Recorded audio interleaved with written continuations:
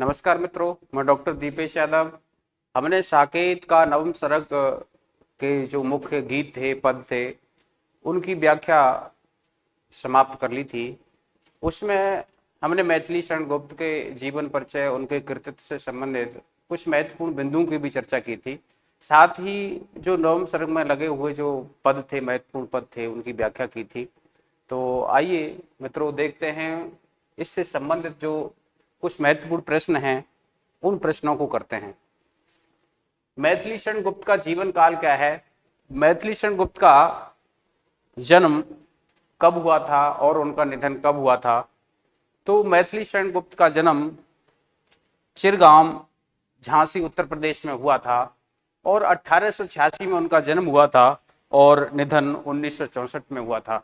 जैसा कि मैंने जीवन परिचय के बारे में आपको बताया था, तो उस समय मैंने चर्चा की थी कि मैथिली शरण गुप्त जिनको महात्मा गांधी ने राष्ट्र कवि की उपाधि दी थी, वासुदेव शरण अग्रवाल ने जिनको युग कवि कहा है, जो द्विवेदी युग के प्रमुख प्रतिनिधि कवि माने जाते हैं, जिनको दद्दा कहा जाता है, जिनके छोटे भाई सियाराम शरण गुप्त थे और राज्यसभा के, मैथिली शरण गुप्त राज्यसभा के सदस्य भी रहे थे।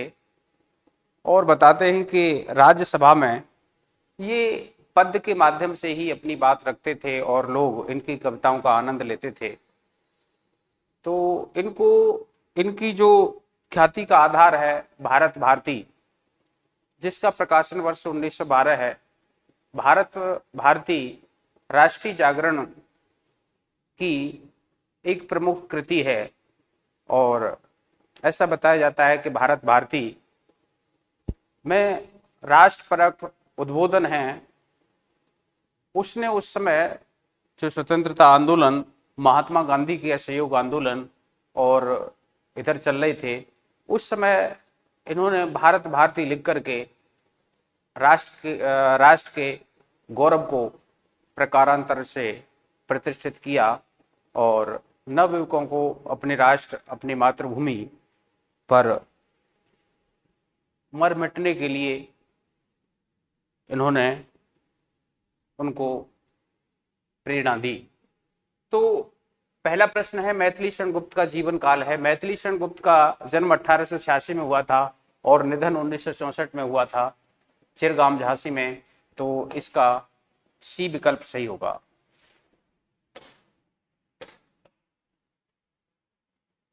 दूसरा प्रश्न देखें, मैथिली शरण गुप्त का बचपन का नाम क्या था?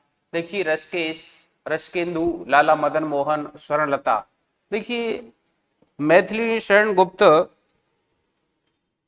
के पिताजी थे रामचरण गुप्त। रामचरण गुप्त कनकलता नाम से कविता करते थे और उन्हीं के से प्रेरित होकर के इन्होंने कनकलता के आधार पर ही इन्होंने अपना नाम स्वर्णलता लिखा था और एक इन्होंने कवित्व की रचना कर दी थी। तो स्वर्णलता तो इनका उपनाम है। ऋषिकेश और रसकेंदु, इस नाम से इन्होंने सरस्वती पत्रिका के संपादक थे महावीर प्रसाद द्विवेदी, उनके पास अपनी कुछ रचनाएं भेजी थी। तो उन्होंने ये ऋषिकेश और रसकेंदु ऐसे नाम रखने के लिए इनको मना किया था और कहा था कि ऋषिकेश का जमाना अब जा चुका है। इनके जो बचपन का नाम था वो लाला मदन मोहन था और फिर इनके पिताजी ने, जो देवी के भक्त थे, इनका नाम मिथिला देव नंदिनी शरण गुप्त रख दिया था। तो इनका जो पहला नाम है वो लाला मदन मोहन है। इसका विकल्प सी सही होगा। मैथिली शरण गुप्त का मूल नाम था, तो देखिए, अब मूल नाम की बात आती है तो पहले तो लाला मदन मोहन नाम रखा गया था, लेकिन इनके पिताजी ने इनका नाम मिथिला देव नंदिनी शरण गुप्त रख दिया था। तो इनका जो मूल नाम है वो मिथिला देव नंदिनी शरण गुप्त है। इसका विकल्प 3 का ए सही होगा। और स्कूल में ये नाम लंबा होने के कारण मिथिला देव नंदिनी शरण गुप्त, तो मैथिली शरण कर दिया था बीच से, ये धिप और नंदिनी को हटा करके अध्यापक ने इनका नाम मैथिली शरण गुप्त रख दिया था। तो उसके बाद ये मैथिली शरण गुप्त के नाम से प्रसिद्ध रहे। और भारती नाम से इन्होंने राष्ट्रपरक रचनाएं लिखी थी और मधुप उपनाम से इन्होंने मधुसूदन दत्त के काव्य का अनुवाद किया था। और स्वर्णलता नाम से इन्होंने अपने पिता के कनकलता नाम के आधार पर इन्होंने कनक को स्वर्ण बना करके स्वर्णलता नाम से एक छप्पे की रचना की थी बचपन में। तो ये इनके उपनाम हुए। और इनका मूल नाम की बात आती है तो मिथिलादेव नंदिनी शरण गुप्त है। नेक्स्ट देखें, मैथिली शरण गुप्त की प्रथम कविता हेमंत किस पत्रिका में प्रकाशित हुई थी? देखिए मित्रों, मैथिली शरण गुप्त की प्रथम कविता की जहां बात आती तो मैथिली शरण गुप्त की प्रथम कविता हेमंत थी, जो 1906 में सरस्वती में प्रकाशित हुई थी। और इनका प्रथम काव्य संग्रह पूछा जाए तो रंग में भंग था, जिसका प्रकाशन 1909 में हुआ था। तो मैथिली शरण गुप्त की प्रथम कविता हेमंत किस पत्रिका में प्रकाशित हुई थी? सरस्वती पत्रिका, जिसके संपादक प्रख्यात लेखक, व्यवस्थापक, आलोचक महावीर प्रसाद द्विवेदी थे, जिन्हीं के नाम पर द्विवेदी युग का नामकरण हुआ। तो इसका विकल्प भी सही होगा, सरस्वती पत्रिका। नेक्स्ट देखें, गणपति चंद्र गुप्त ने मैथिली शरण गुप्त को क्या नाम दिया था? गणपति चंद्र गुप्त ने, देखिए मैथिली शरण गुप्त के कई उपनाम हैं, तो उसमें से भी प्रश्न बनता है। तो मैंने आपके ये कई नाम लिखाए थे, जैसे इनको आधुनिक काल का वैतालिक भी कहा जाता है, इनको युग कवि भी कहा जाता है, जो इनको वासुदेव शरण अग्रवाल ने कहा था। इनको आधुनिक तुलसीदास भी कहा जाता है। यह नाम गणपति चंद्र गुप्त ने दिया था। इनको रसकेंदु नाम से भी प्रारंभ में कविताएं करते थे, रसकेश नाम से भी कविताएं करते थे, रसिक बिहारी नाम से भी ये कविताएं करते थे, दद्दा उपनाम से भी इनको संबोधित किया जाता है। राष्ट्रपिता देखिए राष्ट्रपिता महात्मा गांधी ने इनको उपाधि दी थी इनकी भारतीय रचना के आधार पर, और वह उपाधि थी राष्ट्र कवि की। और राष्ट्र कवि दो हैं, एक तो मैथिली शरण गुप्त हैं, दूसरे राष्ट्र कवि हैं रामधारी सिंह दिनकर। और रामधारी सिंह दिनकर बाद के कवि हैं, तो उन्होंने लिखा है कि मैं डिप्टी राष्ट्र कवि हूं। तो राष्ट्र कवि की बात आती है तो मैथिली शरण गुप्त की बात करेंगे। और एक भारतीय आत्मा, ये माखनलाल चतुर्वेदी का नाम है। और युग कवि, ये युग कवि नाम इनको दिया था आधुनिक गणपति चंद्र गुप्त ने मैथिली शरण गुप्त को क्या नाम दिया था? देखिए राष्ट्र कवि जो नाम दिया था वो महात्मा गांधी ने दिया था। एक भारतीय आत्मा माखनलाल चतुर्वेदी को कहते हैं।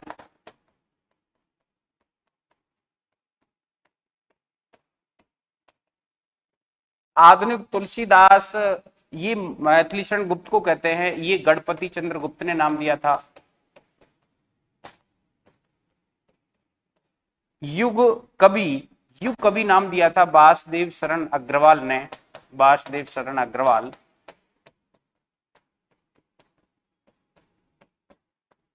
इनको युग कवि कहा था। तो आपसे पूछा गया गणपति चंद्र गुप्त ने मैथिली शरण गुप्त को क्या नाम दिया था? आधुनिक तुलसीदास कहा था। इसका विकल्प 5 का सही विकल्प सी होगा।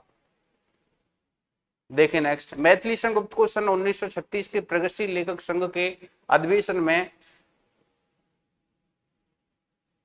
राष्ट्र कवि की उपाधि किसने प्रदान की थी?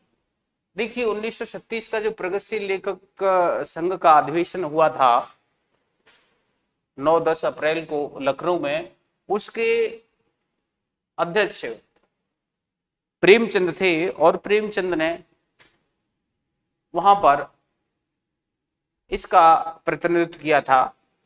और प्रगतिशील लेखक संघ का जो दूसरा अधिवेशन है 1938 में हुआ था। और उसके प्रगतिशील लेखक संघ के जो दूसरे अध्यक्ष थे वह रविन्द्रनाथ टैगोर थे। और प्रगतिशील लेखक संघ का जो तीसरा अधिवेशन हुआ था वह 1942 में हुआ था।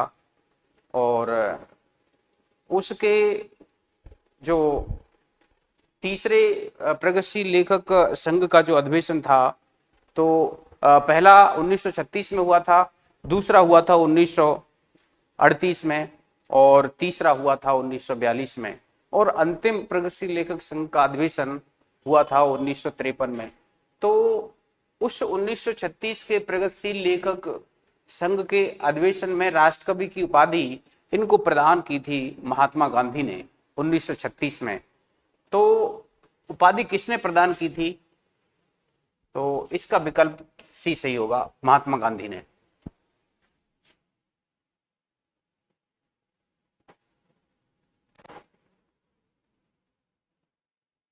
मैथिली शरण गुप्त को युग कवि किसने कहा है? देखिए, वासुदेव शरण अग्रवाल ने इनको युग कवि की संज्ञा से अभिहित किया है। 7 का विकल्प ए सही होगा। निम्नलिखित में से कौन सा उपनाम मैथिली शरण गुप्त का नहीं है? देखिए, ऋषिकेश नाम था, ये ऋषिकेश नाम से सरस्वती में इन्होंने ऋषिकेंदु नाम से अपनी रचनाएं भेजी थी, जिसका विरोध किया था आचार्य महावीर प्रसाद द्विवेदी ने, क्योंकि वह श्रृंगार परक और हास्य परक रचनाओं को सरस्वती पत्रिका में छापने से ऐतराज करते थे। तो नित्यानंद नाम से और भारती नाम से मैथिली शरण गुप्त राष्ट्रपरक रचनाएं लिखा करते थे, तो ये भी इनका उपनाम है। और भुजंग भूषण भट्टाचार्य, ये महावीर प्रसाद द्विवेदी का उपनाम है। भुजंग भूषण भट्टाचार्य महावीर प्रसाद द्विवेदी का, महावीर प्रसाद द्विवेदी का उपनाम। अब देखिए, भुजंग भूषण भट्टाचार्य के नाम से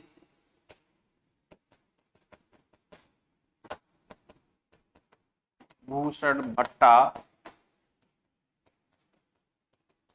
के नाम से सरस्वती में इन्होंने एक लेख लिखा था।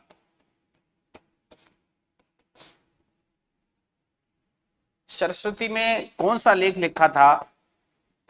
लेख कवियों की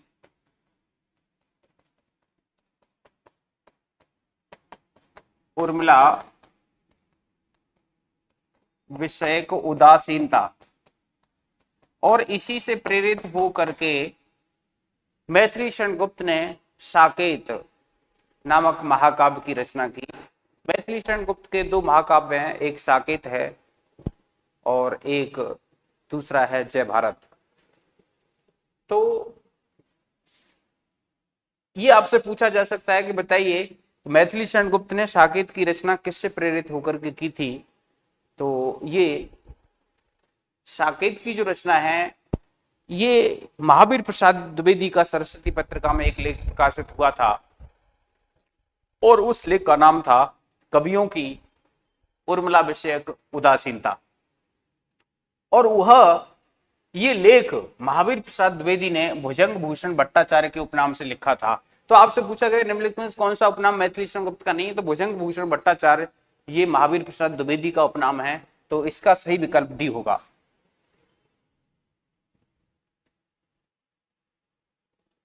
मैथिली शरण गुप्त ने माइकल मधुसूदन दत्त की कृतियों का अनुवाद किस उपनाम से किया था? देखिए, मधुप उपनाम से इनकी कृतियों का, माइकल मधुसूदन दत्त की कृतियों का अनुवाद किया था। 9 का बी विकल्प सही होगा। मैथिली शरण गुप्त को सामंजस्य का कवि किसने कहा है? देखिए, सामंजस्यवादी कवि है, सामंजस्य का कवि कहने वाले आचार्य रामचंद्र शुक्ल हैं। और कौटुंबिक कवि मात्र मैथिली शरण गुप्त ने स्वयं कहा है। तो इनके अनेक उपनाम हैं, जैसे सामंजस्यवादी कवि कहने वाले आचार्य रामचंद्र शुक्ल हैं, और साथ ही इनको रामविलास शर्मा ने भी सामंजस्यवादी कवि कहा है। और समन्वयवादी कवि तुलसीदास को कहा जाता है। हजारी प्रसाद द्विवेदी ने तुलसीदास के संबंध में लिखा है कि तुलसीदास जी का जो काव्य है समन्वय की विराट चेष्टा है। तो समन्वयवादी कवि तो तुलसीदास है। समन्वयवादी कवि, समन्वयवादी वादी कवि तुलसीदास हैं और सामंजस्यवादी कवि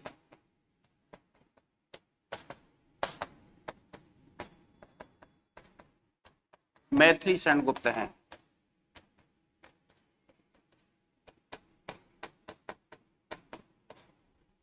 ये नाम सामंजस्यवादी इनको रामचंद्र शुक्ल ने दिया था।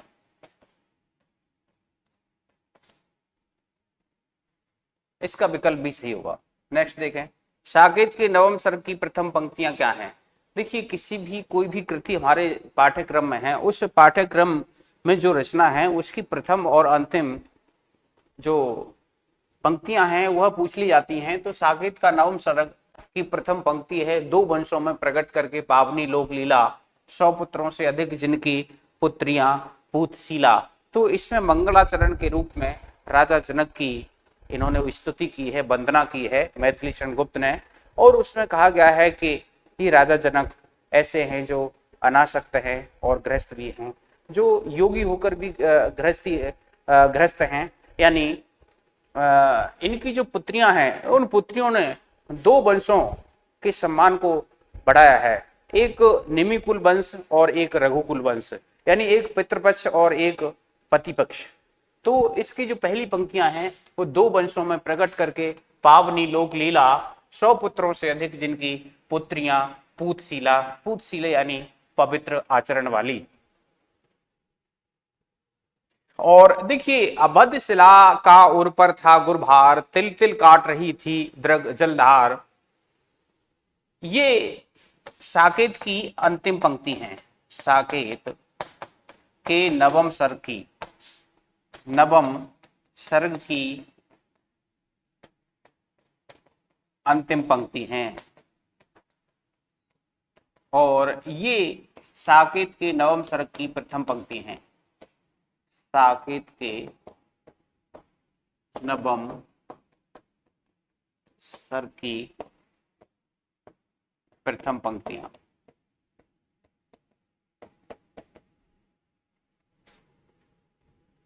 तो अवध शिला का उर पर था गुरभार, तिल तिल काट रही थी दृग जलधार। जो अवधि रूपी चट्टान थी, लंबा समय था 14 वर्ष का, उसको अपने अश्रुओं की धारा से उर्मिला तिल तिल करके उसको काट रही थी, व्यतीत कर रही थी 14 वर्ष के वियोग को। ये इसका अंतिम पद है। नेक्स्ट देखिए, तो इसका 11 का जो सही आंसर होगा वह ए होगा। साकेत किस प्रकार का काव्य है। देखिए, साकेत किस प्रकार का काव्य है, ये महत्वपूर्ण प्रश्न है, क्योंकि साकेत 1931 इसका रचना वर्ष है और इसको 15-16 साल लिखने में लग गए थे। इसकी रचना 1914 से शुरू हो गई थी। साकेत किस प्रकार का काव्य है, देखिए इसका विकल्प भी सही होगा, ये महाकाव्य है। डॉक्टर नगेंद्र ने इनके डॉक्टर नगेंद्र के अनुसार मैथिली शरण गुप्त ने 2 महाकाव्य और 19 खंड काव्यों की रचना की।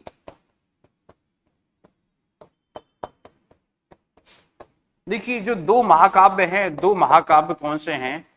2 महाकाव्य देखिए, एक तो है साकेत जिसका प्रकाशन वर्ष 1931 है और दूसरा है जय भारत। जय भारत है।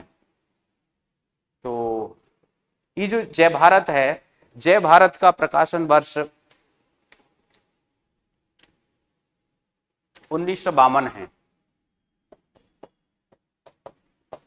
1952 है इसमें। तो ये 2 महाकाव्य हैं और एक इनका चंपू काव्य है, और चंपू काव्य है इनका यशोधरा।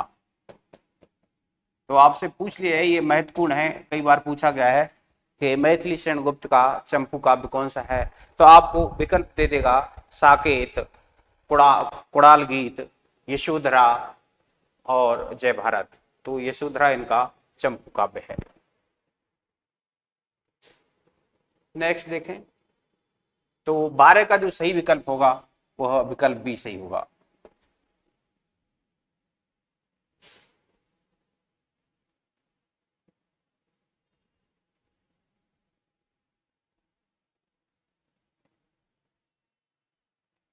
नेक्स्ट देखिए 13 नंबर का प्रश्न, साकेत महाकाव्य में कुल सर्गों की संख्या कितनी है? साकेत महाकाव्य में 12 सर्ग हैं। बहुत महत्वपूर्ण प्रश्न है। साकेत महाकाव्य का प्रकाशन वर्ष 1931 और इसका नवम सर्ग है वह सबसे बड़ा सर्ग है और महत्वपूर्ण सर्ग है। इसमें उर्मिला के विरह वियोग का उल्लेख एक तो 9वें सर्ग में हुआ है, एक 10वें सर्ग में हुआ है। और इस साकेत के 8वें सर्ग में कैकेयी के अंताप का चित्रण किया गया है। तो इसका 13 का सही विकल्प सी होगा। साकेत के नवम सर्ग के प्रारंभ में मैथिली चंद्रगुप्त ने मंगलाचरण के रूप में किसकी वंदना की है? देखिए अगर आपसे पूछा जाए कि साकेत के प्रारंभ में किसकी वंदना की है तो सरस्वती की वंदना की है। दो प्रकार से प्रश्न पूछा जा सकता है कि साकेत के प्रारंभ में मैथिली चंद्रगुप्त ने किसकी स्तुति की है? सरस्वती की स्तुति की है। लेकिन साकेत का जो नवम सर्ग है जिसमें उर्मिला के विरह वियोग का वर्णन है तो उसमें इन्होंने किसकी स्तुति की है, किसकी वंदना की है? तो राजा जनक की वंदना की है कि दो वंशों में प्रकट करके अपनी पावन लोक लीला, जिनकी पुत्रियां 100 पुत्रों से भी अधिक पूतशीला, ऐसे राजा जनक की जय हो, जय जनक। तो ऐसा इसमें सही विकल्प डी होगा। निम्नलिखित पंक्तियों में कौन सा अलंकार है? दो वंशों में प्रकट करके पावनी लोक लीला, 100 पुत्रों से अधिक जिनकी पुत्रियां पूतशीला। तो ऐसा देखिए कहा गया है, ये इसके साकेत के नवम सर्ग की प्रथम पंक्तियां हैं। तो दो वंशों में प्रकट करके पावनी लोक लीला, ऐसे हे राजा जनक आपकी जय हो, आपकी पुत्रियों ने दो वंशों यानी राजा जनक का वंश निमिकुल और दशरथ का वंश रघुकुल में प्रकट करके अपने पावन आचरण से, अपने पावन लोक लीला से 100 पुत्रों से अधिक जिनकी पुत्रियां पूतशीला, और उनका महत्व 100 पुत्रों से भी अधिक है क्योंकि पुत्र हैं। पुत्र एक ही वंश का सम्मान बढ़ाते हैं, लेकिन पुत्रियां एक अपने पितृवंश और एक पति वंश, दोनों वंशों का उद्धार करती हैं। और इसलिए कारण भी दिया गया है कि 100 पुत्रों से अधिक पुत्रियां पूतशीला क्यों हैं? क्योंकि ये पुत्रियां एक पितृवंश और एक पति वंश, दो वंशों के महत्व को यानी उनका उद्धार करती हैं। तो इसमें आपसे पूछा गया है कि अलंकार कौन सा है। देखिए जब दो वस्तुओं की तुलना दी जाए और एक वस्तु का उसमें उससे अधिक किसी गुण साम्य या किसी गुण के आधार पर एक वस्तु को दूसरी वस्तु से आगे बताया जाए और लेकिन उसका कारण स्पष्ट कर दिया जाए, यानी एक वस्तु से दूसरी वस्तु में कुछ अतिरेक बताया जाए, उसका कारण भी साथ साथ दे दिया जाए, तो वहां पर व्यतिरेक अलंकार होता है।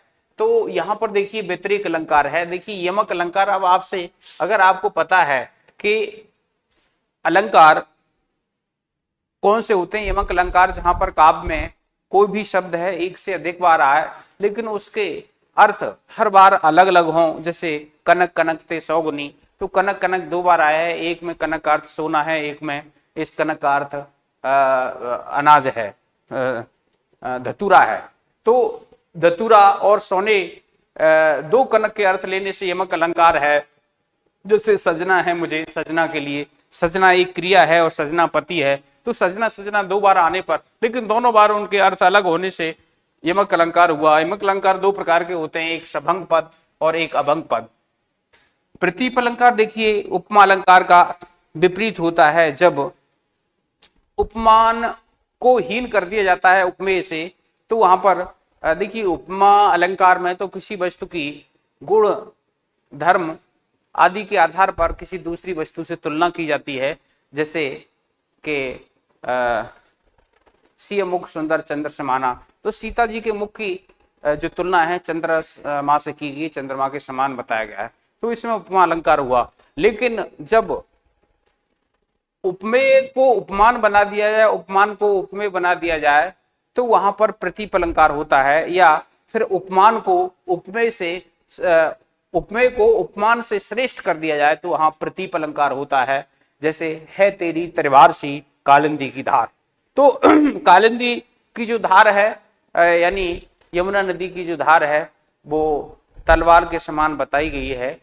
तो जबकि जो तलवार है उसकी जो धारा है वो यमुना की नदी के समान बताना चाहिए, जो उपमान है, उपमान कालिंदी की धार है, लेकिन इसमें तलवार को उपमान बना दिया गया है, इसलिए यहां पर प्रतीप अलंकार है। व्यतिरेक अलंकार जब दो वस्तुओं की किसी गुण या विशेषता के आधार पर किसी दूसरी वस्तु से तुलना की जाती है और उसमें किसी एक गुण के कारण एक वस्तु से उसका अतिरेक किया जाता है, यानी उसकी कुछ अन्य विशेषता बताई जाती है और उसका कारण भी दिया जाता है, तो वहां व्यतिरेक अलंकार होता है। दो वंशों में प्रकट करके पावनी लोकलीला 100 पुत्रों से अधिक जिनकी पुत्रियां पूतशीला। अब यहाँ पर पुत्र और पुत्रियों की तुलना की गई है।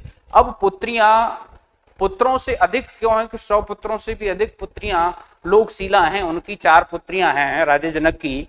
अब 4 पुत्रियां पुत्रों से अधिक है तो अधिक तो बताया गया, लेकिन क्यों, इसका कारण भी स्पष्ट कर दिया गया है कि पुत्र एक ही वंश की मर्यादा में वृद्धि करता है, लेकिन पुत्रियां 2 वंशों यानी पितृवंश और पति वंश दोनों वंशों की मर्यादा को बढ़ाती हैं। तो यहाँ पर ये व्यतिरेक अलंकार होगा। मित्रों, विरोधाभास अलंकार वह होता है जहां पर कोई भी दो चीजें एक साथ आए, यानी विरोध करती हुई प्रतीत होती हैं, जहां पर या फिर हम कहें कि दो विपरीत शब्द आ जाएं, विलोम शब्द साथ साथ आ जाएं, तो वहां पर विरोधाभास अलंकार होता है।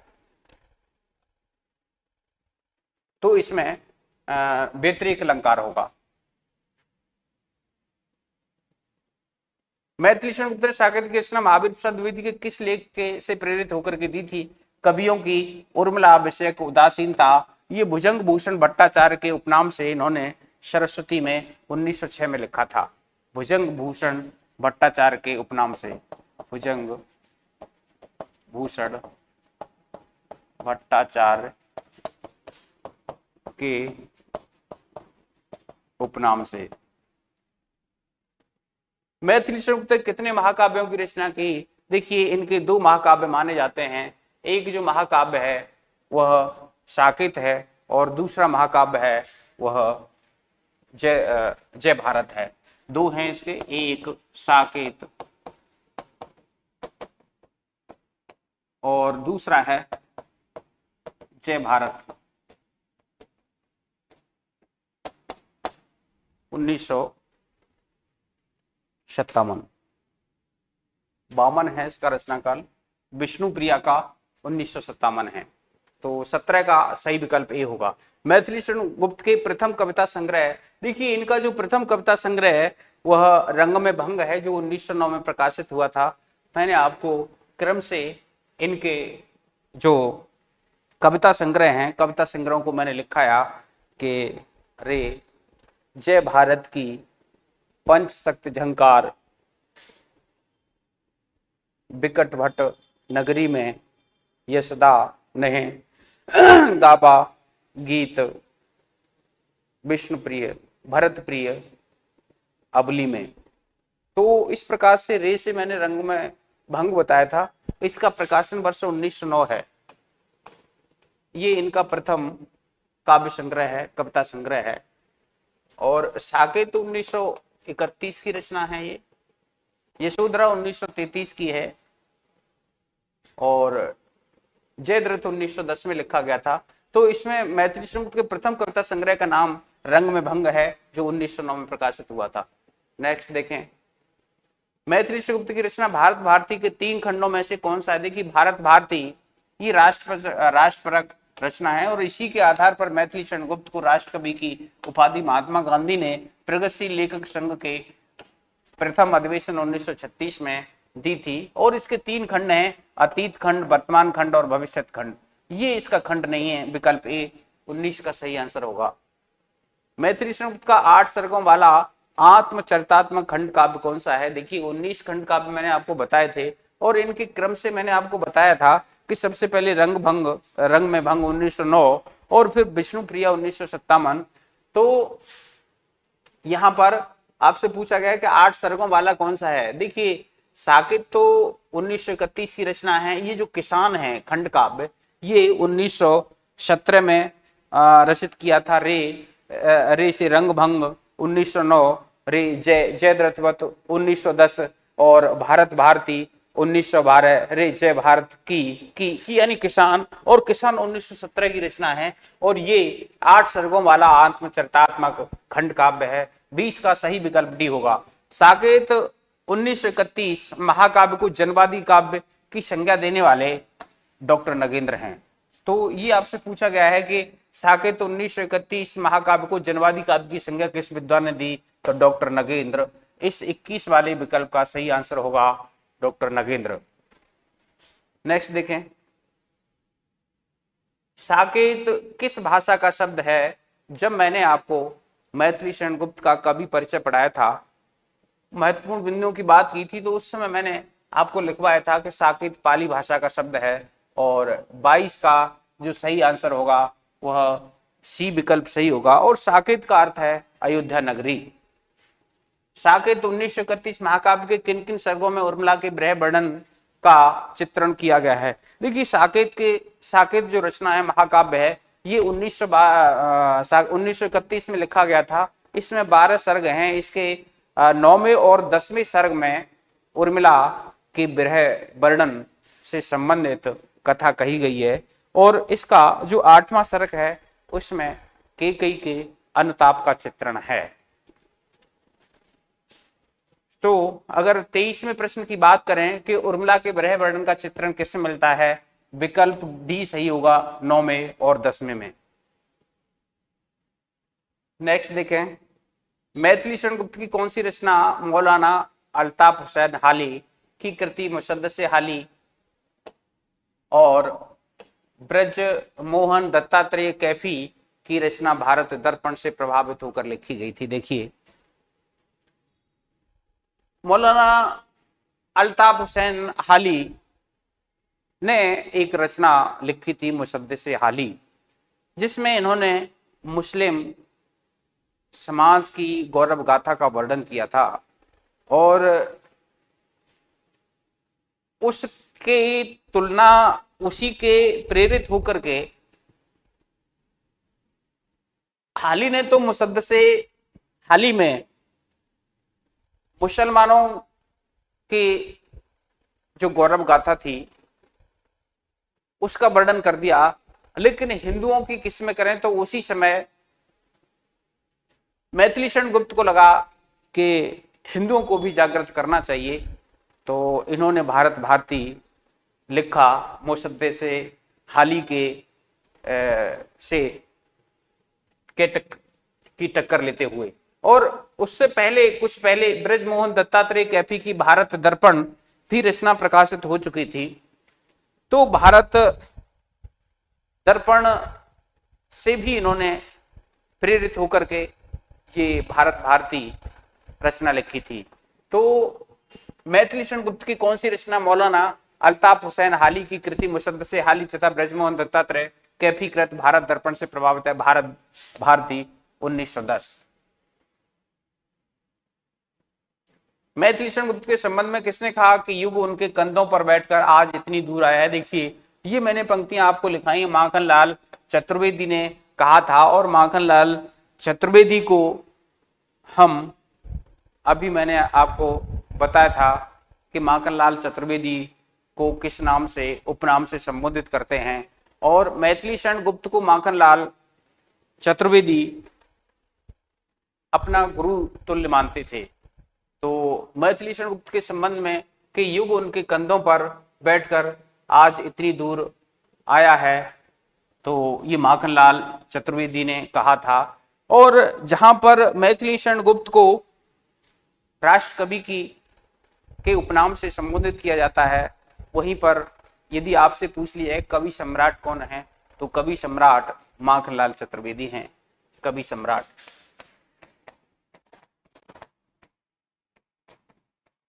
नेक्स्ट देखें तो इसका 25 का सही विकल्प डी होगा। निम्नलिखित पंक्तियों में असंगत पहचानिए। त्यागी भी हैं शरण जिनके जो अनासक्त गेही में विरोधाभास अलंकार। विफल जीवन व्यर्थ बहा बहा सरस दो पद भी न हुए आहा श्लेष अलंकार। करुणे क्यों रोती है उत्तर में और अधिक तू रोई यमक अलंकार। मानस मंदिर में सती पति की प्रतिमा थाप रूपक अलंकार। तो इसमें से आपको एक विकल्प असंगत है जिसमें वह अलंकार नहीं है जो उसके सामने दे रखा है। आपको पता करना है कि इसमें से वह कौन सी विकल्प है जिस जो असंगत है। देखिए पहला देखें, त्यागी भी हैं शरण जिनके जो अनासक्त गेही। ये साकेत महाकाव्य के नवम सर्ग की प्रथम पंक्तियां हैं जिसमें कवि मैथिली शरण गुप्त मंगलाचरण के रूप में राजा जनक की वंदना कर रहे हैं और उन राजा जनक की प्रशंसा करते हुए लिख रहे हैं कि ऐसे राजा जनक की जय हो जो त्यागी भी हैं शरण जिनके, यानी जो त्यागियों में सिरमौर हैं, ऐसे राजा जनक जो अनासक्त गेही, जो गृहस्थ होकर के भी अनासक्त हैं, आसक्ति से परे हैं, आसक्ति से रहित हैं, यानी विरागी हैं। जो विरागी भी हैं और गृहस्थ भी हैं, दोनों हैं। और दोनों होना, देखिए यहां पर दोनों होने से कि जो गृहस्थ है वह बैरागी कैसे हो सकता है, लेकिन राजा जनक ऐसे थे जो योगी होकर के भी गृहस्थ थे। तो इसमें विरोधाभास अलंकार है, ये पहला विकल्प सही है। असंगत पूछा है तो पहला तो हो नहीं सकता। दूसरा, विफल जीवन व्यर्थ बहा बहा सरस दो पद भी न हुए आहा। यहां पर देखिए श्लेष है, यहाँ पर जो सरस है, सरस रस से युक्त और जल से युक्त। तो सरस कविता के लिए आया है जो रस से युक्त हो, और एक जमीन के लिए आया है जो जल से युक्त हो। और पद एक जो कविता होती है, कविता का जो छंद होता है, पद होता है, उसके लिए संदर्भ में आया है। और एक पद यानी दूरी के लिए आया है कि पग के संदर्भ में। तो यहाँ पर सरस और पद, ये जो दो शब्द हैं ये श्लिष्ट हैं। और यहाँ पर कवि कहता है कि मेरा जीवन व्यर्थ चला गया, मैं दो पद कोई सरस रचना नहीं कर सका। और दूसरा संदर्भ ये है कि जमीन सरस नहीं हो सकी, दो पग भी उसके सरस नहीं हुए, यानी जल से युक्त नहीं हुए। तो इसमें श्लेष अलंकार है, ये ठीक है। और बहा बहा में यहाँ पर पुनरुक्ति प्रकाश अलंकार भी है। अगर पुनरुक्ति प्रकाश अलंकार भी देता तो भी सही माना जाता। करुणे क्यों रोती है उत्तर में और अधिक तू रोई। देखिए उत्तर है, उत्तर का मतलब एक तो जवाब, आंसर, इसमें उत्तर पद श्लिष्ट है। और एक उत्तर रामचरितमानस जो भभूति की रचना थी, करुण रस की रचना है। तो उत्तर के दो अर्थ होने से एक तो जवाब और दूसरा जो अर्थ है इसका उत्तर रामचरित जो भभूति की रचना है। तो इसके श्लिष्ट होने से यहाँ पर श्लेष अलंकार होना चाहिए था, लेकिन इसमें यमक अलंकार दिया है, इसलिए ये गलत है सी। और मानस मंदिर में सती पति की प्रतिमा था, वह उर्मिला अपने मानस मन रूपी मंदिर में। तो यहाँ पर मन रूपी मंदिर होने से अपने प्रीतम लक्ष्मण की प्रतिमा को कोई स्थापना करके उनकी पूजा अर्चना करती रहती थी। मन रूपी मंदिर, और मन रूपी मंदिर होने से यहाँ पर रूपक अलंकार है, ये ठीक है। इसलिए यहाँ पर असंगत पूछा गया है, तो 26 का विकल्प सी इसका सही आंसर होगा।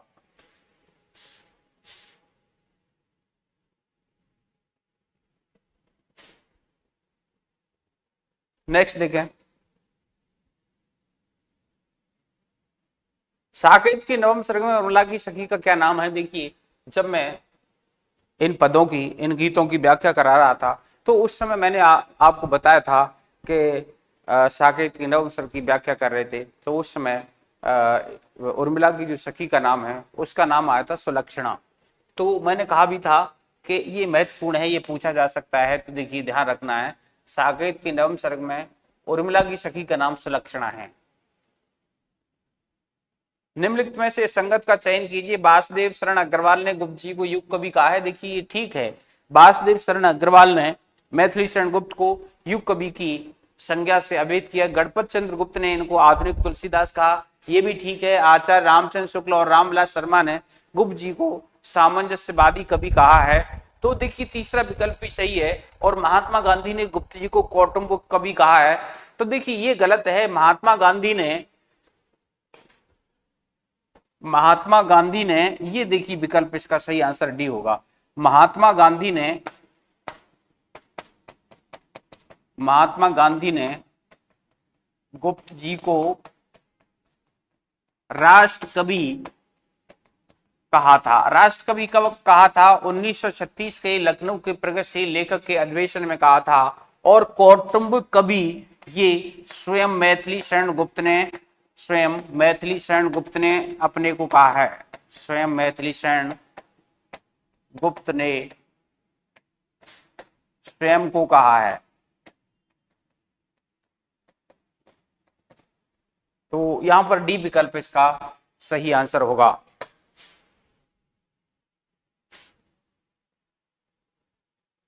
नेक्स्ट देखें, मैथिली शरण गुप्त की त्रिपदिका 1928 में, ये देखिए त्रिपदिका का जो प्रकाशन वर्ष है वो 1928 है।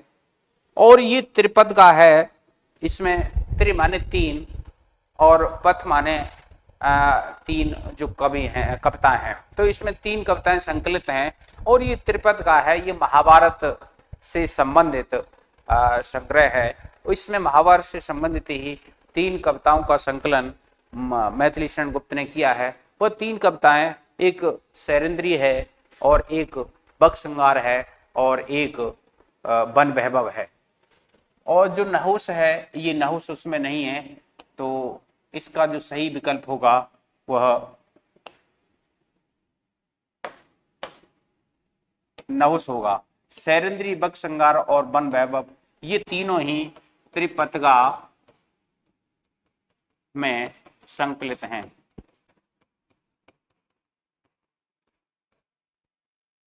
नेक्स्ट देखें, मैथिली शरण गुप्त की कौन सी रचना महाभारत से संबंधित नहीं है? देखिए ये higher education, Uttar Pradesh higher education में ये प्रश्न पूछा गया था कि बताइए इनमें से कौन सी रचना महाभारत से संबंधित नहीं है। तो देखिए जयद्रथ वध है। जयद्रथ वध में अभिमन्यु के शौर्य का वर्णन है और नवयुवकों को राष्ट्र पर अपना बलिदान करने के लिए प्रेरित किया गया है। तो ये देखिए महाभारत से संबंधित है। हिडिंबा देखिए भी भीम की पत्नी थी। हिडिंबा भीम की पत्नी, तो ये भी महाभारत से संबंधित है।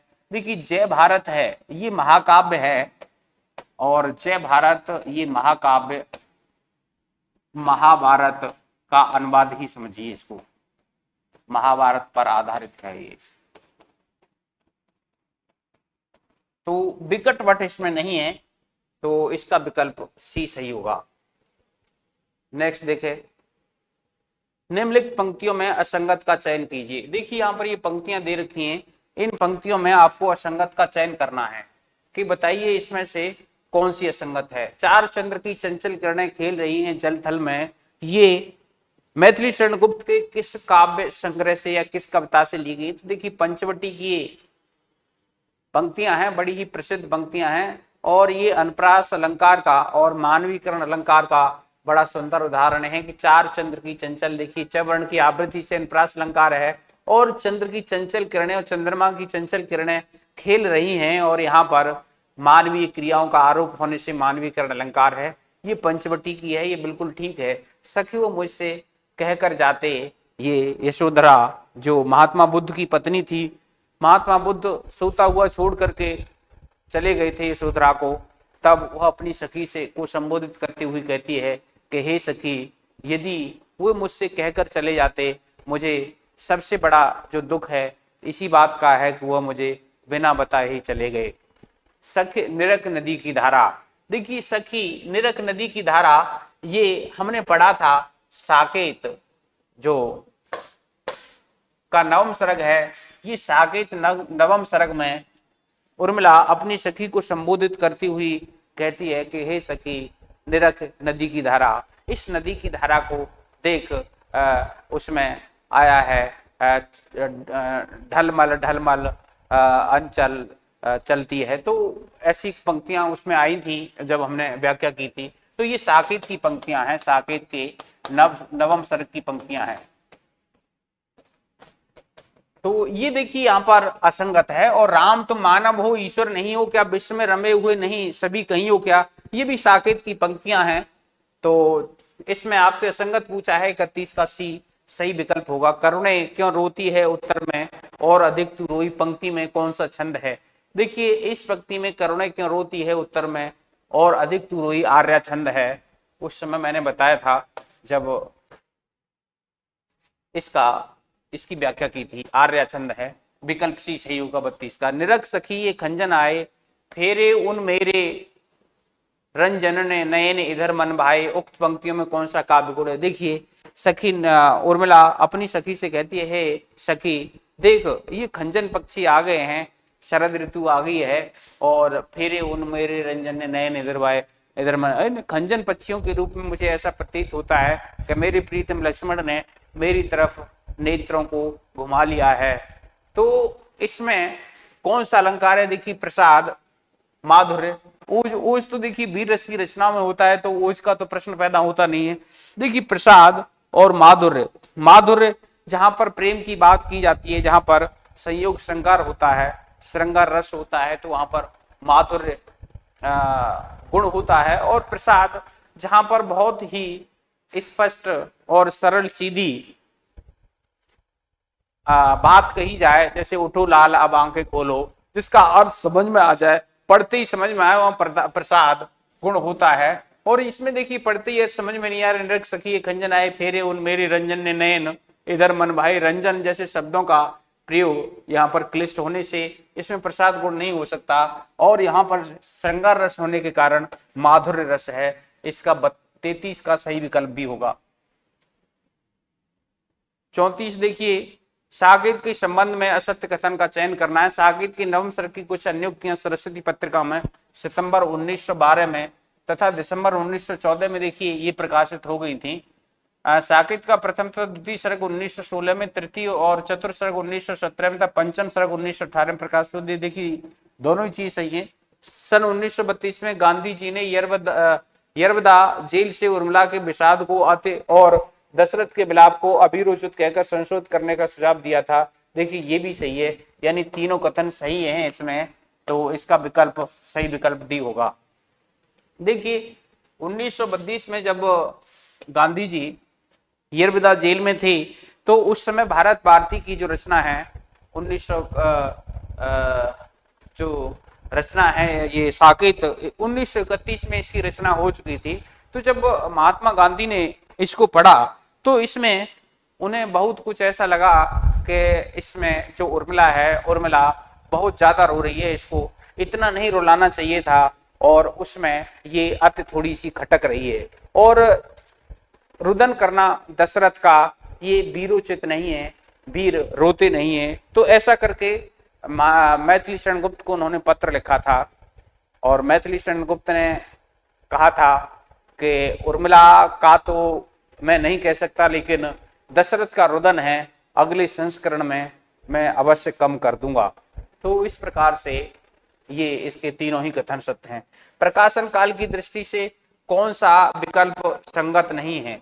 देखिए प्रकाशन काल की दृष्टि से अगर हम बात करें तो मैंने आपको बताया था, प्रकाशन काल में मैंने एक आपको दोहा लिखवाया था, या आप कहें कि छंद लिखवाया था। उस छंद से अगर आप इसको याद करना चाहते हैं तो सारी रचनाएं, इसमें ऐसा प्रश्न नहीं रहेगा जो आपसे पूछा जाता है। मैंने लिखा था,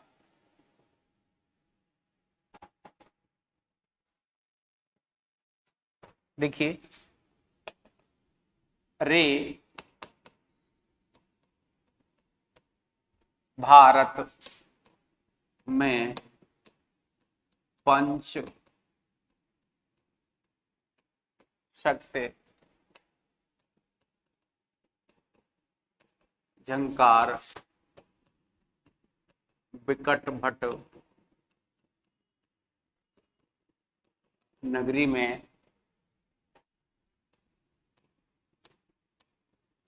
ये सुधा नहीं गावा गीत भरत प्रिय नगरी में। देखिए ऐसा मैंने ये आपको बताया था।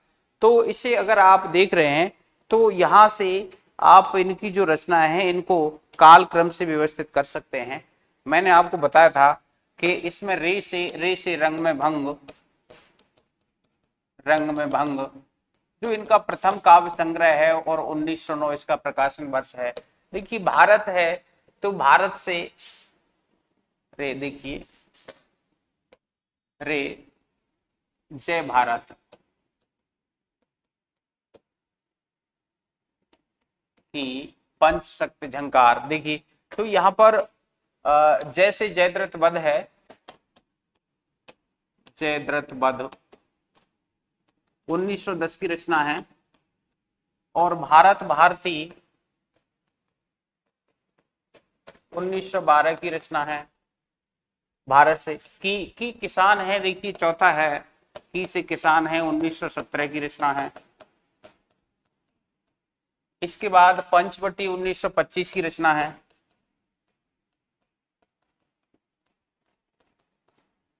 शक्ति है, देखिए शक्ति 1928 की रचना है। उसके बाद देखिए आठ त्रिपतगा था, त्रि से यहां से देखिए शक्ति और यहां से त्रिपतगा, त्रिपथगा और त्रिपथगा भी 1928 की रचना है। इसके बाद झंकार 1929 की रचना है।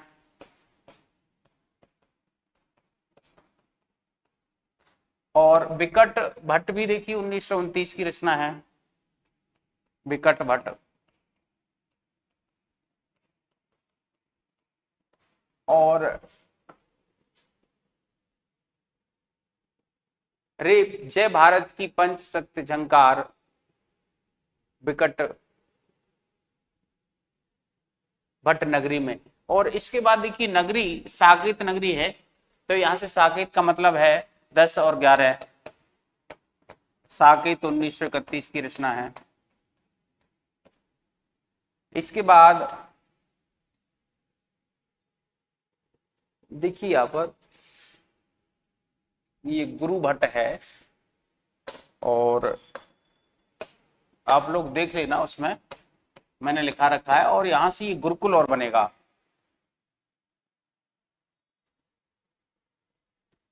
तो 10 पर आप इसको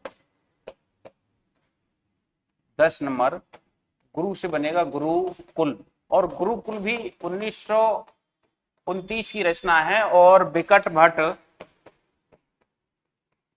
2929 की रचना है।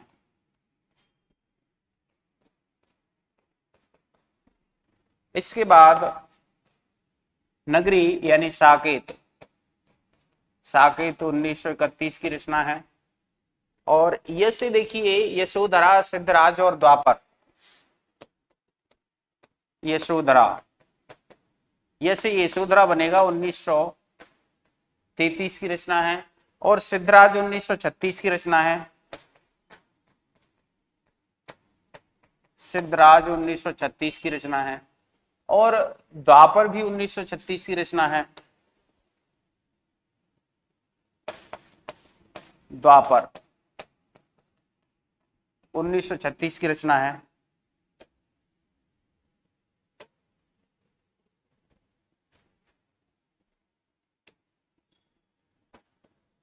फिर देखिए नहुस है, नहुस 1940 की रचना है, नहुस 1940 की रचना है।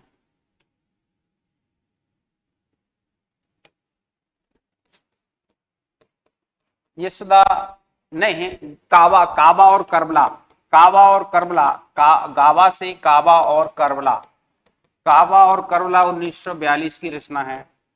नहीं, कावा गीत, गीत देखिए कुड़ाल गीत है,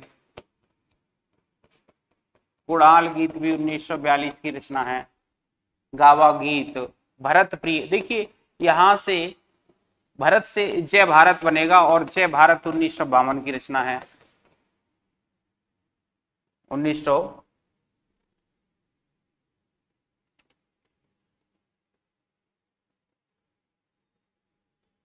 बामन की रचना है। और ये महाकाव्य है। और इसके बाद भरत प्रिय, विष्णुप्रिया, विष्णुप्रिया, विष्णुप्रिया से 1957 में इसका रचना काल है। और इसके बाद अबली, अबली यानी तुलसीदास जी की पत्नी थी रत्नावली, तो रत्नावली के ऊपर 1960 में लिखा था इन्होंने, 1960। तो इस प्रकार से देखिए ये यहां पर भरत प्रिय अवली, तो कावा करबला कुड़ाल गीत, जय भारत, विष्णुप्रिया अवली, यानी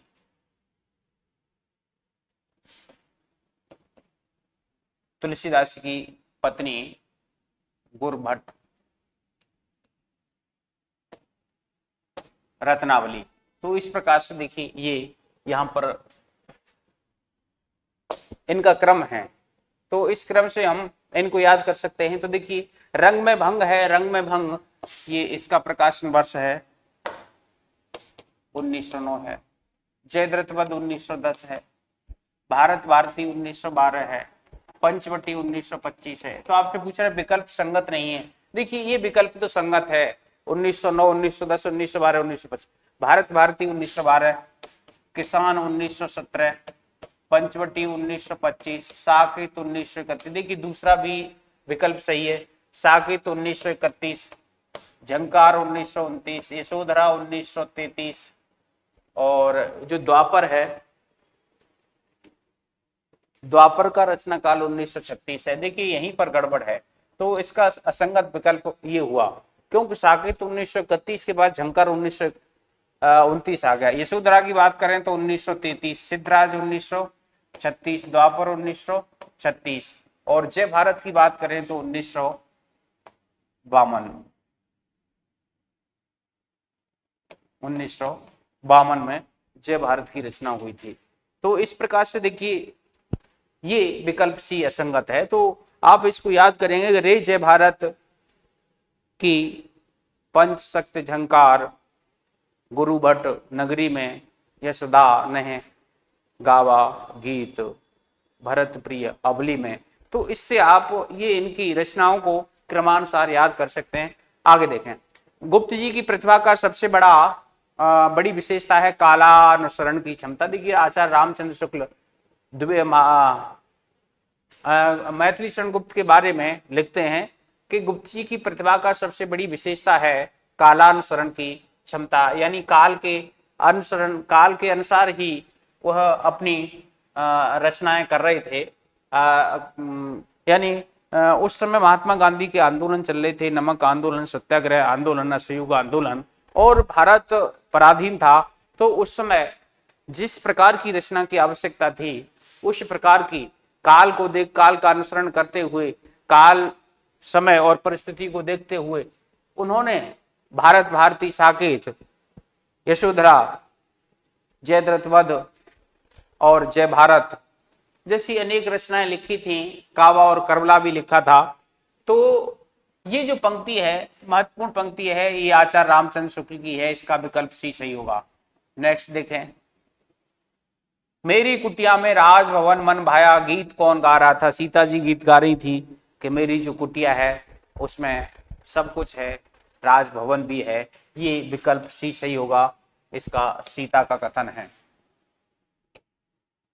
सी, इसका विकल्प सी सही होगा। मैथिली शरण गुप्त का जन्म चिरगांव झांसी में हुआ था। 38 का सही विकल्प ए होगा। नेक्स्ट देखिए, साकेत के नवम सर्ग में उर्मिला ने लक्ष्मण को से कौन सा प्रश्न पूछा था? देखिए उर्मिला ने लक्ष्मण से प्रश्न पूछा था कि बताइए कि झंकार और टंकार में कौन श्रेष्ठ है।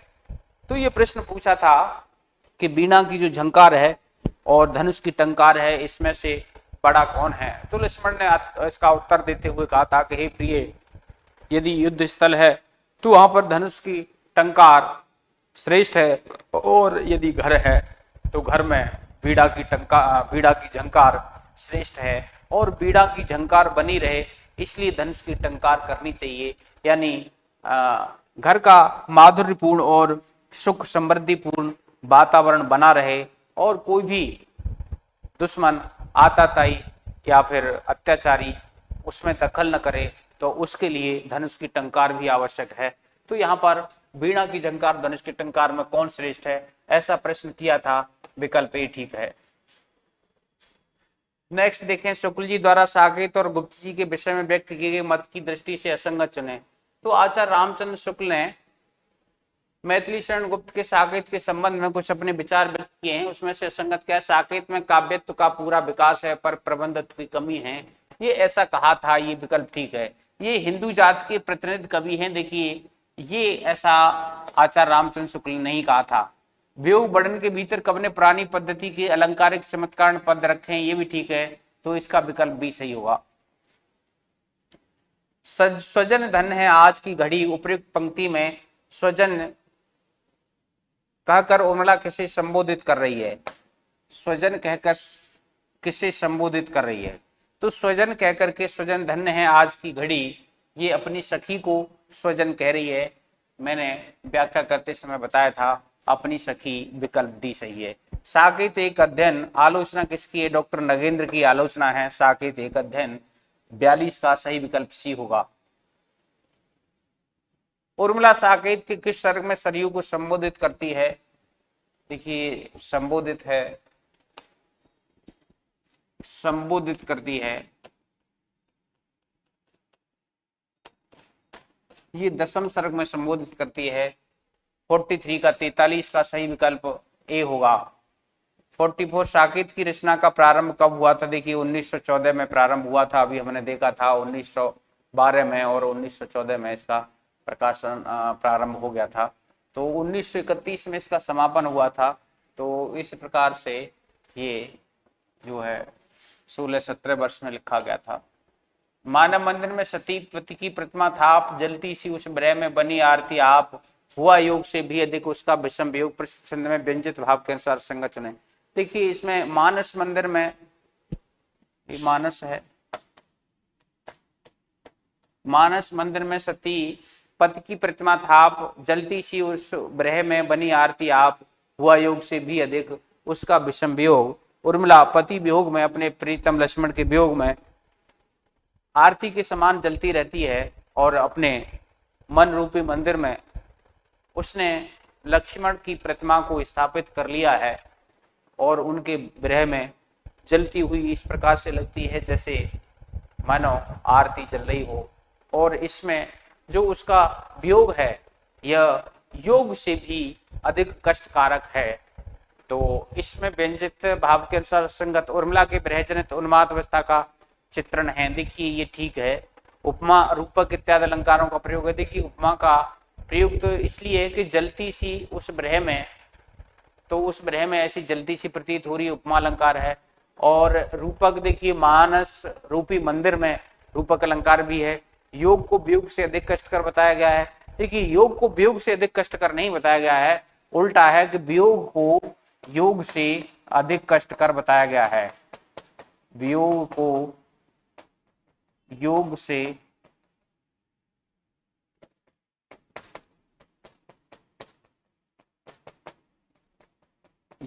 अधिक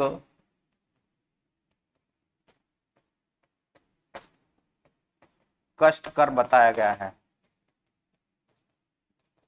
तो ये विकल्प सी असंगत है। 45 का विकल्प सी सही होगा। 46 देखिए निम्नलिखित पंक्तियों के संबंध में असंगत का चयन की, बदन है भरा मंदहास से गलित चंद्र भी श्री विलास से, इसमें उर्मिला अपने पति का स्मरण कर रही है, देखिए बिल्कुल ये सही है, असंगत का चयन करना है। दूसरी पंक्ति में प्रतीप अलंकार है, बिल्कुल ठीक है। दूसरी पंक्ति में उपमा अलंकार है, देखिए अब यहाँ से देखिए प्रतीप और उपमा अलंकार दोनों एक दूसरे के विपरीत होते हैं, तो आप समझ जाइए जब एक अलंकार है तो दूसरा नहीं हो सकता, तो विकल्प या तो बी सही होगा या सी सही होगा। अब देखते हैं कि इसमें से क्या होगा। इसमें उन्माद नामक काम दशा के साथ साथ उन्माद नामक संचारी भाव का भी प्रयोग किया गया है। मित्रों उन्माद जो काम की दशा होती हैं, मैंने काम की 10 दशाएं बताई थी आपको, इसमें तो इन काम की 10 दशाओं में एक उन्माद नाम की दशा भी होती है। वो उन्माद नाम की दशा ये संचारी भाव भी होता है। तो पूछा जा सकता है बताइए काम की कौन सी ऐसी दशाएं हैं जो संचारी भाव भी होती हैं। तो इसकी मैंने आपको बताया था कि उसमें पहली, दूसरी, तीसरी और लास्ट की 4 यानी 6 ऐसी काम दशाएं होती हैं जो संचारी भाव भी होती हैं। तो उस वीडियो को आप देखिए तो उससे ये महत्वपूर्ण प्रश्न है कि कौन सी काम दशाएं संचारी भाव के अंतर्गत भी आती हैं। तो उनमें से एक तो उन्माद थी, ये ठीक है। देखिए यहाँ पर बदन है भरा मंद हास से, बदन माने मुख, मृदु मुस्कान से भरा हुआ है, गलत चंद्र भी श्री विलास से, और उनके श्री विलास यानी उनकी शोभा से, यानी प्रीतम लक्ष्मण की शोभा के आगे चंद्रमा भी लज्जित है। तो देखिए मुख के लिए, सुंदरता के लिए चंद्रमा का अपमान दिया जाता है, और जनरली जो उपमान दिया जाता है वह उपमेय से अधिक श्रेष्ठ होता है। लेकिन अब यहाँ पर क्या कहा गया है कि गलित चंद्र भी बदन है भरा मंद हास से। तो ऐसा उर्मिला अपने प्रीतम लक्ष्मण की कल्पना कर रही है, स्मरण कर रही है कि जो मेरे पति हैं, मेरे पति कैसे हैं। तो अब वो अपने पति को बताती है कि बदन है भरा मंद हास से, मेरे प्रीतम लक्ष्मण का जो मुख है वो हाथ से भरा हुआ है, और गलित चंद्र भी श्री विलास से, और उनकी जो शोभा है, उनकी जो रूप सौंदर्य है, उस रूप सौंदर्य के आगे चंद्रमा भी लज्जित है, गलित है। तो चंद्रमा जो उपमान है, उस उपमान को हीन करने के कारण प्रतीप अलंकार हुआ, और फिर देखिए उपमा अलंकार इसमें नहीं होगा, तो इसका विकल्प जो असंगत है सी होगा। करुणे तू क्यों रोती है, उत्तर में और अधिक तू रोई, पंक्ति में अलंकार है। देखिए मैंने बताया था कि उत्तर पद श्लेष है, उत्तर का अर्थ एक तो जवाब है, आंसर है, और दूसरा उत्तर रामचरितमानस जो भभूति की कृति थी, तो इसका सही विकल्प बी होगा, श्लेष अलंकार।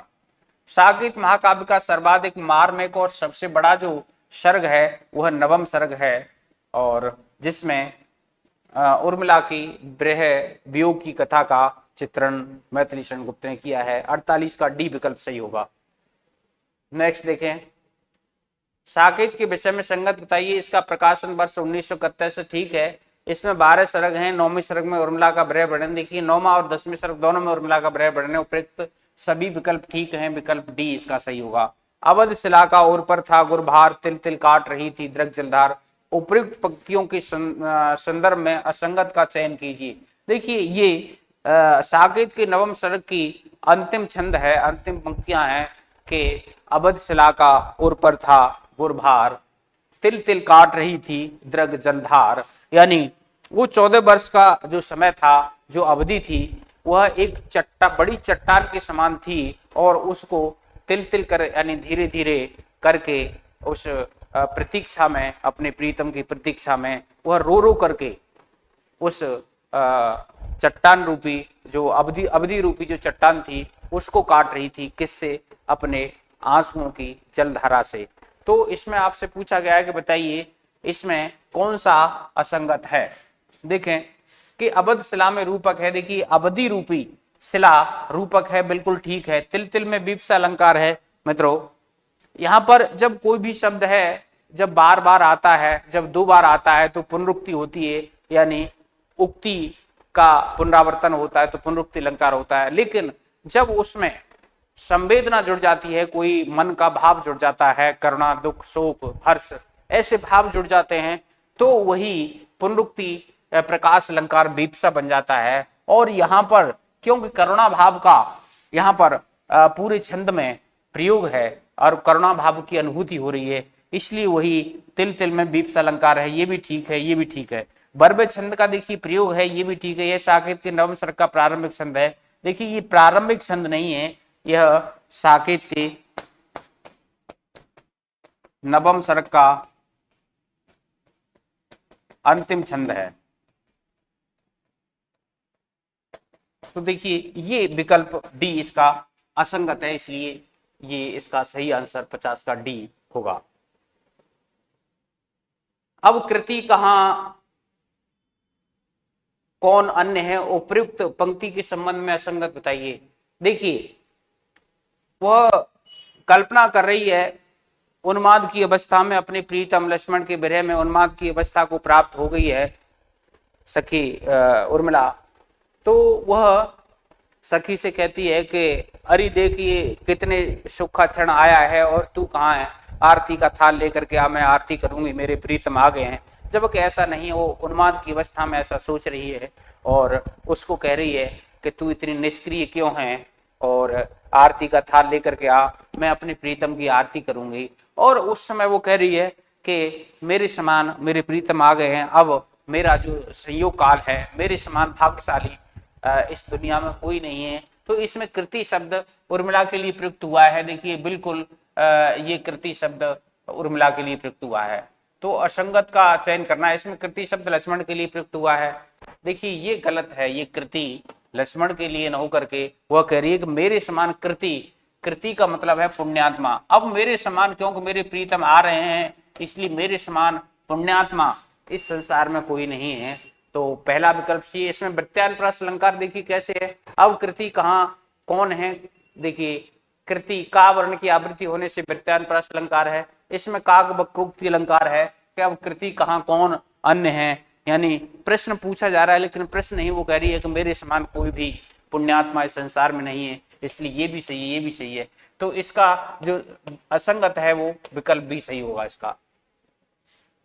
नेक्स्ट देखें, साकेत और यशोधरा इनके दो बड़े प्रबंध काव्य हैं, दोनों में उनके काव्यत्व का तो पूरा विकास दिखाई पड़ता है पर प्रबंधत्व की कमी है, ऐसा आचार्य रामचंद्र शुक्ल कहते हैं। इसका 52 का सही आंसर बी होगा। मेरे चपल यौवन बाल अचल अंचल में पड़ा सो मचल कर मत साल, साकेत के किस शर की पंक्तियां हैं, देखिए 90 शर की पंक्तियां हैं, 53 का बी सही आंसर होगा। गुप्त जी एक साधक कवि, उनकी साधना की चरम उपलब्धि साकेत है, यह कथन किसने कहा है, देखिए बच्चन सिंह ने यह कहा है कि गुप्त जी एक साधक कवि हैं, विकल्प सी सही होगा इसका।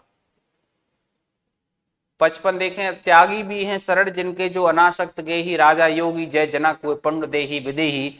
साकेत के नवम सर की प्रारंभिक पंक्तियां हैं जिसमें राजा जनक का गुणगान किया गया है। तो इसमें पंक्तियों में अलंकार कौन सा है, तो देखिए यहाँ पर त्यागी भी हैं सरल जिनके, जो त्यागियों में शिरोमणि हैं, जो अनासक्त हैं और गेही भी हैं। तो यहाँ पर देखिए विरोधाभास अलंकार हुआ कि जो गृहस्थ भी है और बैरागी भी है और राजा भी है और योगी भी है। देखिए राजा और योगी पुण्य देही विदेही। तो इस प्रकार से इसमें विरोधाभास अलंकार होने से 55 का विकल्प डी सही होगा। मानस के पश्चात हिंदी में राम काव्य का दूसरा स्तंभ मैथिली शरण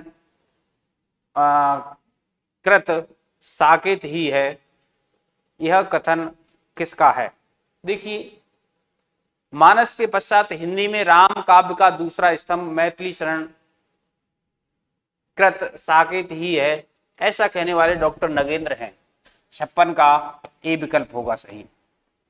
मैथिली शरण गुप्त ने संपूर्ण भारतीय पारिवारिक वातावरण उदात्त चरित्रों का निर्माण किया, उनका काव्य शुरू से अंत तक प्रेरणा देने वाला काव्य है। ये प्रेरणा देने वाला काव्य हजारी प्रसाद द्विवेदी कहते हैं, प्रेरणा देने वाला काव्य, ये इसका 57 का विकल्प ए सही होगा।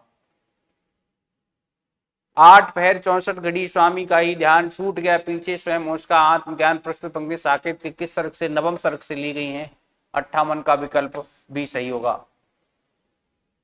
ढलमल ढलमल चंचल अंचल झलमल झलमल तारा, साकेत की उक्त पंक्ति में किसका वर्णन किया है, निरख सखी ये धारा। देखिए निरख सखी ये धारा, ढलमल ढलमल चंचल अंचल झलमल झलमल तारा, सखे निरख नदी की ये धारा। तो ऐसा इसमें किसका वर्णन है, अंधेरी रात का तारों से भरा आकाश। देखिए ऐसा नहीं है, अंधेरी रात का तारों से भरा आकाश नहीं है, उसमें जो तारों का प्रतिबिंब है वह ऐसे पड़ रहा है जैसे किसी युवती का, किसी नायिका की साड़ी जिसमें सितारे लगे हुए हों, वह झल झल झल झल चमक रही हो, यानी हिलडुल रही हो। और इसमें नदी की धारा का चित्रण है, प्रिय वियोग में कृषकाय हुई उर्मिला का। आपसे पूछा गया कि किसका वर्णन है, तो नदी की धारा का है, सके निरख नदी की धारा। तो ये विकल्प सी इसका सही आंसर होगा। भेंट प्रिय के हेतु तो उसमें एक तू ही लाल पंक्ति में लाल कहकर उर्मिला किसे संबोधित कर रही है, हे मेरे चपल यौवन बाल मुझे मत साल।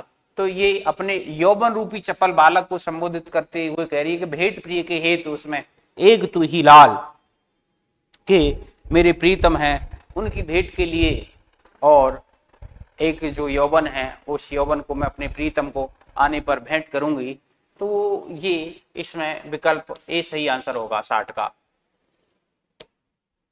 नेक्स्ट देखें, दो वंशों में प्रकट करके पावनी लोक लीला 100 पुत्रों से अधिक जिनकी पुत्रियां पूतशीला, पंक्तियों में कौन सा छंद है? देखिए मंदाक्रांता इसमें छंद है, विकल्प डी सही होगा। गुप्त जी भारतीय संस्कृति तथा साम सामायिक यथार्थ के बाह्य अर्थ कवि हैं, ऐसा कहने वाले बच्चन सिंह हैं। ये बच्चन सिंह की प्रसिद्ध पंक्ति है कि भारतीय मैथिली शरण गुप्त के बारे में वह कहते हैं कि गुप्त जी भारतीय संस्कृति तथा समसामयिक यथार्थ के बाह्य अर्थ कवि हैं। उर्मिला रूपी कली से लक्ष्मण रूपी भौरा क्या कहकर उसे छोड़कर चला जाता है? देखिए वह चला जाता है कि जब वह कहती है कि मैं एक कली बनकर जीवन में प्रवेश कर रही थी कि एक भौरा मेरे पास हिल करके आ गया, उसने प्रेम बढ़ाया और मैंने उसका स्वागत किया, लेकिन वह ऐसा छली निकला कि वह मुझसे कह करके चला गया कि मैं 14 वर्ष तक नहीं आऊंगा और तब तक तू मेरी राह देखना, प्रतीक्षा करना, यानी पथ देख जियो, ऐसा लक्ष्मण ने कहा था उर्मिला से। तो विकल्प इसका भी सही है। नेक्स्ट देखें, वे धर्म में विशिष्ट द्वैतवादी, विचारों में गांधीवादी और साहित्य में अभिधावादी हैं, यह कथन बच्चन सिंह ने मैथिली शरण गुप्त के लिए कहा है, विकल्प भी सही है 64 का।